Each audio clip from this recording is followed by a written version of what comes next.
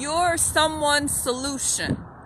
When you find the courage to do what you dreamed of doing, whether it be hair, music, singing, writing, whatever it is that drives you from the inside to go forward and overcome obstacles that might come in your way.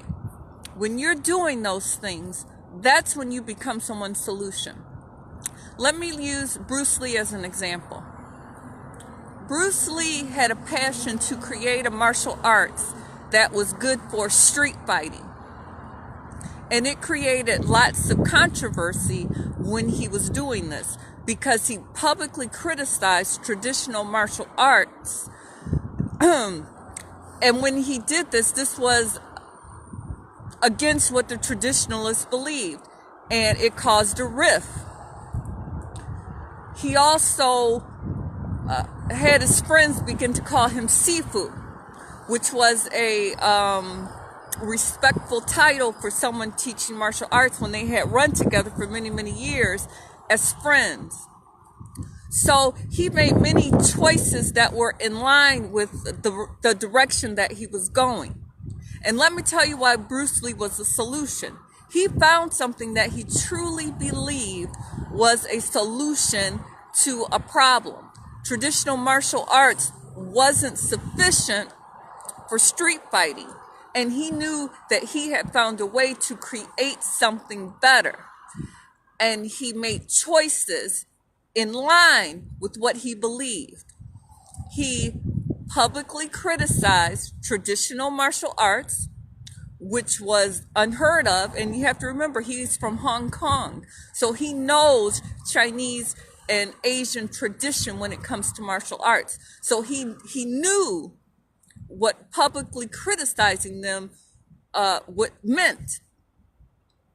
And he also changed from a lax way of approaching teaching martial arts with his friends to begin a more professional and for traditional way of teaching them by having them begin to address him as Sifu.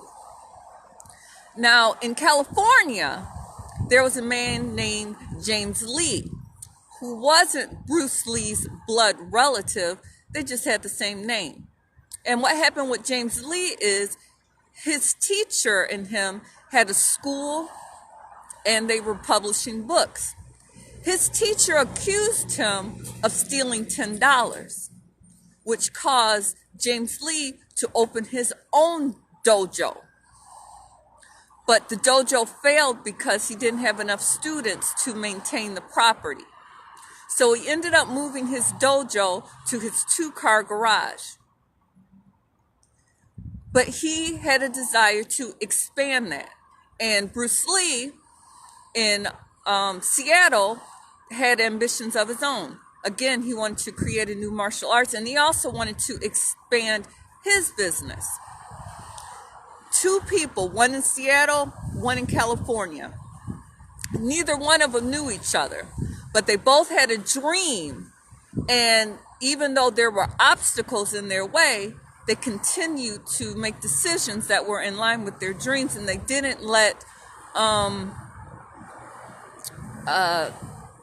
obstacles, like neither one of them are rich, so they didn't have money.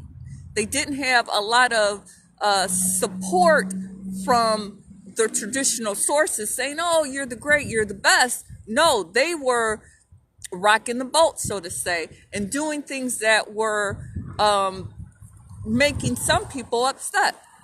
But despite that, they continued to pursue their dreams. So James Lee, this, you got to remember, this is before the internet. This is in the 60s. James Lee had heard of Bruce Lee from his friends, they said, and his name had been in circles for years. So you have to remember, Bruce Lee's been doing this for years and years and years. This isn't always something that happens overnight. So when you believe in something and you believe you've got a good ideal, it takes years of development to bring it about. And over that time, you become more and more proficient and more superior in your skill of executing your dream and describing your dream and showing your dream. So he sent his friend Alan Joe, who was going on vacation to Seattle to the World's Fair, to seek out Bruce Lee. And when he found him, they had a chance to meet, and he found out indeed he was very, very good at martial arts. So Bruce Lee and James Lee, based on that introduction from Alan Joe on his vacation, because remember, they didn't have the internet, they didn't have a Facebook Live, they didn't have an Instagram, they didn't have a YouTube where they could show their skills and people could just watch and video call. No, they had to pick up the home telephone and physically go from state to state or country to country to conduct business. So Bruce Lee began to drive 12 hours to Seattle to begin a relationship with James Lee. And over the course of a year or so, they established a trust between each other and made a business which allowed James Lee to move his school out of his 2-car garage. So, all of that to say, don't be afraid to live your dreams, because what you're doing right now is the solution to someone's problem. So keep writing. Keep being the best auto mechanic you can be, and maybe you found a new way to fix an engine or a new engine type to build. Keep doing hair. Keep doing gymnastics. Keep raising your kids. Keep whatever it is that you're doing. Keep learning artificial intelligence and all of these different new ways of work. Keep doing and pursuing your dream, because as you pursue your dream diligently, someone's going to hear about you. And we've got the internet now. We've got Instagram. We've got Facebook. We've got YouTube. We've got all kinds of mediums that we can project ourselves onto. Now that can be good or bad, because there's a lot of us putting content out there, but it isn't impossible to find you. So don't give up on your dreams. Just know that you are someone's solution. Have a great afternoon.